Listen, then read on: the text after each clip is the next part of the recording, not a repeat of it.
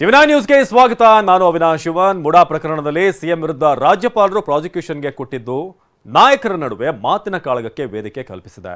ಅದರಲ್ಲೂ ಸಿಎಂ ಸಿದ್ದರಾಮಯ್ಯ ಹಾಗೂ ಕುಮಾರಸ್ವಾಮಿ ನಡುವೆ ವಾಗ್ಯುದ್ಧ ಜೋರಾಗಿದ್ದು ಸಿಎಂ ಒಂದೊಂದು ಮಾತಿಗೂ ಕೂಡ ಕೌಂಟರ್ ಮೇಲೆ ಕೌಂಟರ್ ಕೊಟ್ಟಿದ್ದಾರೆ ಎಚ್ಡಿಕೆ. ಪ್ರಾಸಿಕ್ಯೂಟ್ ಮಾಡಬೇಕು ಕುಮಾರಸ್ವಾಮಿ ಅವರನ್ನ, ಲೋಕಾಯುಕ್ತ ಪಿಟಿಷನ್ ಇದೆ. ಸಿದ್ದರಾಮಯ್ಯನವರೇ ನಥಿಂಗ್ ಡೂಯಿಂಗ್, ಮುಖ್ಯಮಂತ್ರಿಯಾಗಿ ವರ್ಗಾವಣೆ ಮಾಡಿದ್ದೇನೆ, ಬದಲಾವಣೆ ಮಾಡಲ್ಲ ಅಂತ. ಕುಮಾರಸ್ವಾಮಿ ಮೇಲೆ ನವೆಂಬರ್ ತಿಂಗಳಿಂದ ಪಿಟಿಷನ್ ಜಾರಿ ಇದೆ. ನಿಮ್ಮನ್ನ ಹಿಡ್ಕೊಂಡಿರೋರು ಯಾರು? ಸುಪ್ರೀಂ ಕೋರ್ಟ್ ಹೋಗಬೇಡಿ ಅಂತ.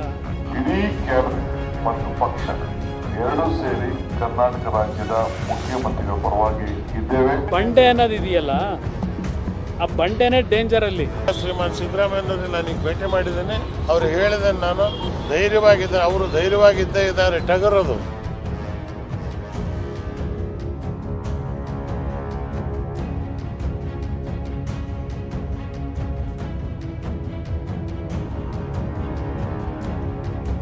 ಮಾತಿನ ಬಾಣಗಳು ಒಬ್ಬೊಬ್ಬರಿಂದಲೂ ತೂರಿ ಬರ್ತಿವೆ.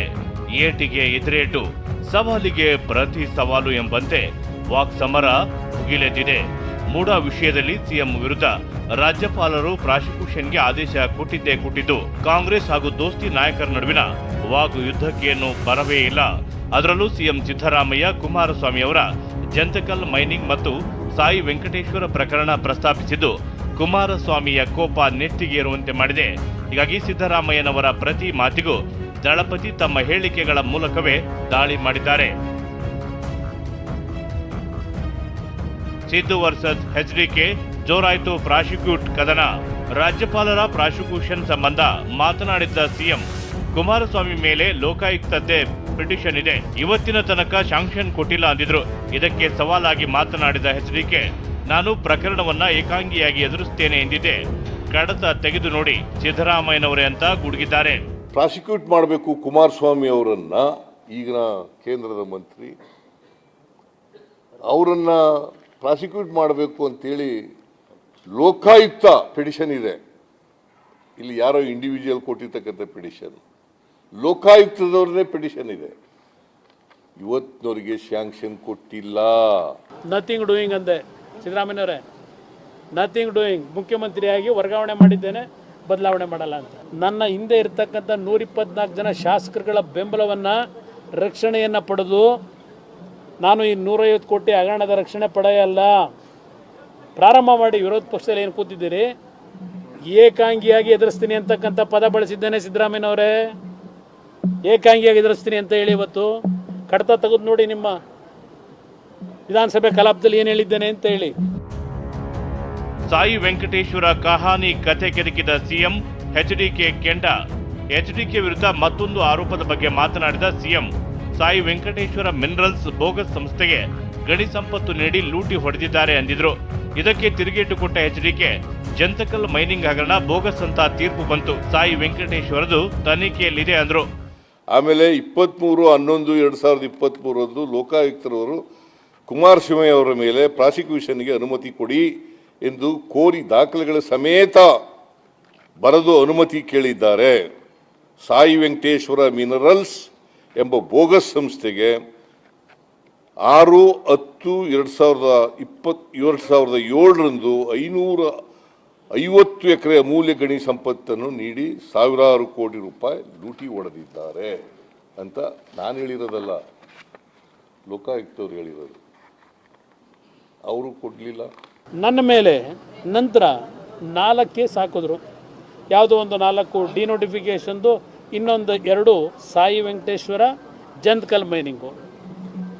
ಜಂತಕಲ್ ಮೈನಿಂಗ್ದು 150 ಕೋಟಿ ಹಗರಣದ್ದು ಹೈಕೋರ್ಟ್ನಲ್ಲಿ ಏನು ಆದೇಶ ಕೊಟ್ಟಿದ್ದಾರೆ, ಕ್ವಾಶ್ ಮಾಡಿದ್ರು ಹೈಕೋರ್ಟ್ನಲ್ಲಿ. ಜಂತಕಲ್ ಮೈನಿಂಗ್ ಸಂಬಂಧಪಟ್ಟಿದ್ದು 150 ಕೋಟಿ ಹಗರಣ ಇದೆಲ್ಲ ಬೋಗಸ್ ಅಂತ ಹೇಳಿ. ಸಾಯಿ ವೆಂಕಟೇಶ್ವರ ಅದು ತನಿಖೆ ಮಾಡ್ಕೊಳ್ಳಿ ಅಂತ ಹೇಳಿದ್ರು. ಇಲ್ಲಿರ್ತಕ್ಕಂಥದ್ದು ಎಚ್ಡಿಕೆ ಮೇಲೆ ಪಿಟಿಷನ್ ಇದೆ ಎಂದ ಸಿಎಂ, ಡ್ರಾಮಾ ಯಾಕೆ ಎಂದ ದಳಪತಿ. ಸ್ವಾಮಿ ಮೇಲೆ ನವೆಂಬರ್ ತಿಂಗಳಿಂದ ಪಿಟಿಷನ್ ಜಾರಿ ಇದೆ. ಕೊಲ್ಲೆ ಮೇಲಿದೆ, ರಾಣಿ ಮೇಲಿದೆ, ಆಮೇಲೆ ಜನಾರ್ದನ್ ರೆಡ್ಡಿ ಮೇಲಿದ್ದಾರೆ. ಅವರೆಲ್ಲರೂ ನನ್ನ ಮೇಲೇನೆ ಕಳಿಸ್ಬೇಕಾದ್ರೆ ಏನು ಅರ್ಥ, ನನಗೆ ಕೊಡ್ಬೇಕಾದ್ರೆ ಏನು ಅರ್ಥ? What does it mean? That means ಇದು ಒಂದು ದೊಡ್ಡ ಷಡ್ಯಂತ್ರ. ನಿಮ್ಮನ್ನ ಹಿಡ್ಕೊಂಡಿರೋರು ಯಾರು? ಸುಪ್ರೀಂ ಕೋರ್ಟ್ ಮುಂದೆ ಹೋಗಬೇಡಿ ಅಂತ. ಇದಕ್ಕೆ ಪ್ರಾಸಿಕ್ಯೂಷನ್ಗೆ ಗವರ್ನರಿಗೆ ಕಳಿಸೋ ಈ ಡ್ರಾಮಾ ಯಾಕೆ? ಎದುರಿಸಕ ಎದುರಿಸ್ಲಿಕ್ಕ ನಾನು ಬಾಯಿ ಮುಚ್ಚಿಸ್ಲಿಕ್ಕ ಇದು ಮಾಡ್ಕೊಂಡಿರೋದು ನೀವು. ಅದಕ್ಕೆ ನೆನ್ನೆ ಎಲ್ಲ ಕುಮಾರಸ್ವಾಮಿ ಮೇಲೆ ಗವರ್ನರಿಗೆ ನಾವು ಕಳಿಸಿದ್ದು ಅಲ್ಲ 8 ತಿಂಗಳಾಯಿತು 6 ತಿಂಗಳಾಯಿತು, ಅವ್ರಿಗೆ ಪರ್ಮಿಷನ್ ಕೊಡಲಿಲ್ಲ, ನಂದು 24 ಗಂಟೆ ಒಳಗೆ ಕೊಟ್ಬಿಟ್ರು, ನೋಟಿಸ್ ಕೊಟ್ಬಿಟ್ರು. ಯಾಕೆ ಈ ಡ್ರಾಮಾಗಳು? ಹೆದರಿಸಿ ನೀವು ತಪ್ಪು ಮಾಡದೇ ಇದ್ರೆ, ನಿಮ್ಮೆಲ್ಲ ನೈತಿಕತೆ ಉಳಿಸ್ಕೊಂಡಿದ್ರೆ. ರಾಜ್ಯಪಾಲರು ಕೈಗೊಂಬೆ ಎಂದ ಸಿಎಂ, ಕೆರಳಿದ ಕುಮಾರಸ್ವಾಮಿ.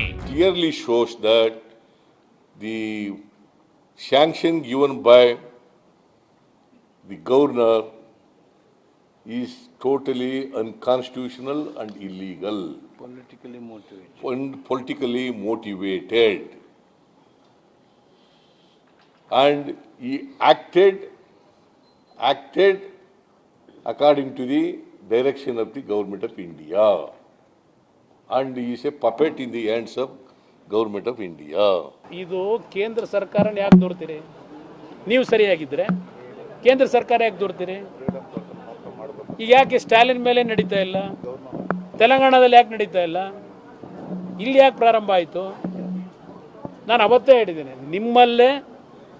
ನಿಮ್ಮಲ್ಲೇ ಕೆಲವರು ಈ ವಿಷಯಗಳನ್ನು ಹೊರಗೆ ತಂದ್ಕೊಂಡು ಕೂತವ್ರೆ ಇಳಿಸಬೇಕು ಅಂತ ಹೇಳಿ.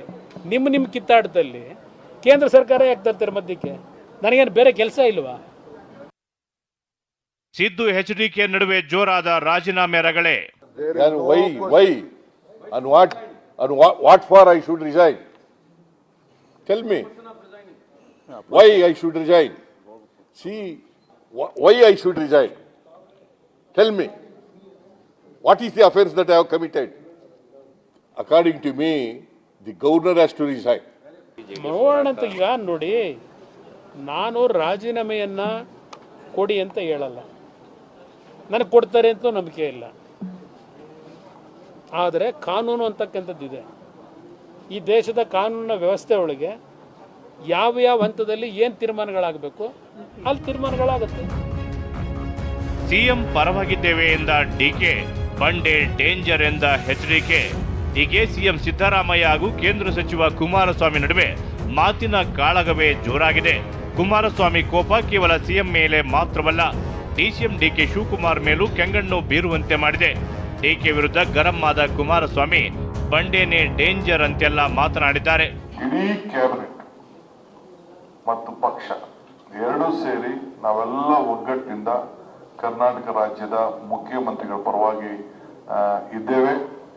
ಯಾವ ಕಾರಣಕ್ಕೂ ಯಾವ ಒತ್ತಡಕ್ಕೂ ಕೂಡ ಮಳೆದು ರಾಜೀನಾಮೆ ಕೊಡುವಂತ ಪ್ರಶ್ನೆ ಉದ್ಭವ ಆಗುವುದಿಲ್ಲ.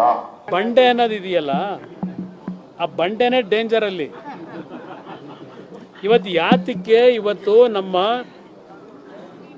ಪಶ್ಚಿಮ ಘಟ್ಟದಲ್ಲಿ ಕೊಡಗಲ್ಲಿ ಬೀಳ್ತಾವಲ್ಲ, ಮೊನ್ನೆ ವಯನಾಡಲ್ಲಿ ಲ್ಯಾಂಡ್ ಸ್ಲೈಡ್ ಆಯ್ತಲ್ಲ, ಲ್ಯಾಂಡ್ ಸ್ಲೈಡ್ ಆಗಿದ್ದು ಆ ಬಂಡೆ ರಕ್ಷಣೆ ಕೊಡ್ತಾ? ಆ ಲ್ಯಾಂಡ್ ಸ್ಲೈಡ್ ಆಗಿ ಇವತ್ತು ಹಲವಾರು ಜನ ಸಾಯಲಿಕ್ಕೆ ಆ ಬಂಡೆಗಳೇ ಕಾರಣ. ಕರ್ನಾಟಕದಲ್ಲೂ ಈ ಬಂಡೆಗಳೇ ಕಾರಣವಾಗ್ತಕ್ಕಂಥ ದಿನ ದೂರ ಇಲ್ಲ. ನೋಡೋಣ ಬನ್ನಿ. ಸಿಎಂ ಪರ ಡಿಕೆ ಹಿಂದುಳಿದ ಅಸ್ತ್ರ, ಕಾಲೆಳೆದ ಕುಮಾರಸ್ವಾಮಿ. ಇನ್ನು ನಿನ್ನೆಯಷ್ಟೇ ಡಿಕೆ ಸಿದ್ದರಾಮಯ್ಯ ಹಿಂದುಳಿದ ನಾಯಕ ಅಂತ ಅವರನ್ನ ಟಾರ್ಗೆಟ್ ಮಾಡ್ತಿದ್ದಾರೆ ಅಂತ ಹೇಳಿದ್ರು. ಸಿಎಂ ಕೂಡ ಈ ಬಗ್ಗೆ ಮಾತನಾಡಿದ್ರು. ಕೈ ನಾಯಕರ ಈ ಮಾತಿಗೂ ತಿವಿದ ಕುಮಾರಸ್ವಾಮಿ, ಜಾತಿ ಹೆಸರಲ್ಲಿ ರಕ್ಷಣೆ ಪಡೆದುಕೊಂಡು ಕೀಳು ಮಟ್ಟದ ರಾಜಕೀಯ ಎಷ್ಟು ದಿನ ನಡೆಸುತ್ತೀರಿ ಅಂತ ಖಾರವಾಗಿಯೇ ಕುಟುಕಿದ್ದಾರೆ. ಅಗೇನ್ಸ್ಟ್ ಒಬ್ಬ ಹಿಂದುಳು ವರ್ಗದ ಒಬ್ಬ ನಾಯಕ ಎರಡನೇ ಬಾರಿಗೆ ಈ ದೇಶದಲ್ಲಿ ಒಬ್ಬ ರಾಜ್ಯದ ಮುಖ್ಯಮಂತ್ರಿಯಾಗಿ ಬೆಳೀತಾ ಇರೋದನ್ನ ಸಹಿಸಕ್ಕಾಗದೆ ಒಂದು ದೊಡ್ಡ ಪಿತೂರಿಯನ್ನೇ ಇಡೀ ದೇಶದ ಉದ್ದಗಲಕ್ಕೂ ಕೂಡ ಇವತ್ತು BJP ಸರ್ಕಾರ ಎಲ್ಲ ಸಂಸ್ಥೆಗಳನ್ನು ಉಪಯೋಗಿಸ್ಕೊಂಡು ಈ ರೀತಿ ಒಂದು ಷಡ್ಯಂತ್ರವನ್ನು ಇವತ್ತು ನಡೆಸ್ತಾ ಇದೆ. ಜಾತಿ ಹೆಸರಿನಲ್ಲಿ ರಕ್ಷಣೆ ಪಡ್ಕೊಂಡು ಈ ಥರ ಕೀಳುಮಟ್ಟದ ರಾಜಕೀಯ ಎಷ್ಟು ದಿವಸ ನಡೆಸ್ತೀರಿ? ದೇವೇಗೌಡರ ಮೇಲೆ ಏನೇನು ನಡೆಸಿದ್ರಿ? ಇಷ್ಟೆಲ್ಲ ವಾಕ್ಸಮರಗಳ ನಡುವೆ ಸಿಎಂ ಪರ ಬ್ಯಾಟಿಂಗ್ ಮಾಡುತ್ತಾ ಕುಮಾರಸ್ವಾಮಿ ವಿರುದ್ಧ ರೊಚ್ಚಿಗೆದ್ದ ಸಿಎಂ ಇಬ್ರಾಹಿಂ ಒಂದೊಂದಾಗಿ ನಾನು ತೆಗೆಯುತ್ತೇನೆ, ರಾಜ್ಯದಲ್ಲಿ ಸಂಗ್ರಾಮ ಹೇಗೆ ಶುರುವಾಗುತ್ತೆ ನೋಡಿ ಎಂದು ಕಿಡಿಕಾರಿದರು. ಇವ್ ಬಸ್ ಸ್ಟ್ಯಾಂಡ್ ಬಸವೇರೇ ಇವತ್ತು ನಮಗೆ ಪತಿವರ್ತೆ ಪಾಠ ಹೇಳ್ಕೊಡ್ತಾ ಇದಾರ? ಯಾರು ಇವ್ರ ಮೇಲೆ ಎಷ್ಟು ಪ್ರಕರಣಗಳಿದಾವೆ? ಇದನ್ನ ಕುಮಾರಸ್ವಾಮಿ ಅವರು ಏನ್ ಹೇಳ್ತಾರೆ ಏನ್ ನನಗೆ ಗೊತ್ತಿದೆ. ಇವೆಲ್ಲ ನಾನು ಹಳೆ ಭೂಕೈಲಾಸ ನಾಟಕ ಬರೆದವ್ ನಾನು, ನನ್ನ ಎದುರಿಗೆ ಯಾವುದು ನಡೆಯಲ್ಲ. ಒಂದೊಂದಾಗಿ ನಾನೇ ತೆಗೆದಿಡ್ತೀನಿ. ಹೋರಾಟಕ್ಕೆ ನಾನೇ ಮೈದಾನಕ್ಕೆ ಇಳಿತಾ ಇದ್ದೀನಿ. ನೋಡಿ ಸಂಗ್ರಾಮ ಹೇಗೆ ಶುರು ಆಗುತ್ತೆ ರಾಜ್ಯದಲ್ಲಿ. ರಾಜ್ಯ ರಾಜಕಾರಣದಲ್ಲಿ ರಾಜ್ಯಪಾಲರ ಪ್ರಾಸಿಕ್ಯೂಷನ್ದೇ ಸದ್ದು. ಸಿಎಂ ವಿರುದ್ಧ ತನಿಖೆಗೆ ಆದೇಶ ಕೊಟ್ಟಿದ್ದಕ್ಕೆ ಒಂದು ಕಡೆ ಕಾಂಗ್ರೆಸ್ ಉರಿದುರಿದು ಬೀಳ್ತಿದ್ರೆ, ದೋಸ್ತಿ ನಾಯಕರು ಸಿಎಂ ರಾಜೀನಾಮೆಗೆ ಪಟ್ಟು ಹಿಡಿದಿದ್ದಾರೆ. ನಾಳೆ ಕಾಂಗ್ರೆಸ್ ಕಾನೂನು ಹೋರಾಟಕ್ಕೆ ಮುಂದಾಗಿದ್ದು ಪ್ರತಿಭಟನೆಗೆ ಕರೆ ಕೊಟ್ಟಿದ್ದು ಮತ್ತಷ್ಟು ಐಡ್ರಾಮಾಗಳಿಗೆ ಸಾಕ್ಷಿಯಾದರೂ ಅಚ್ಚರಿಯಿಲ್ಲ. Bureau report, TV9.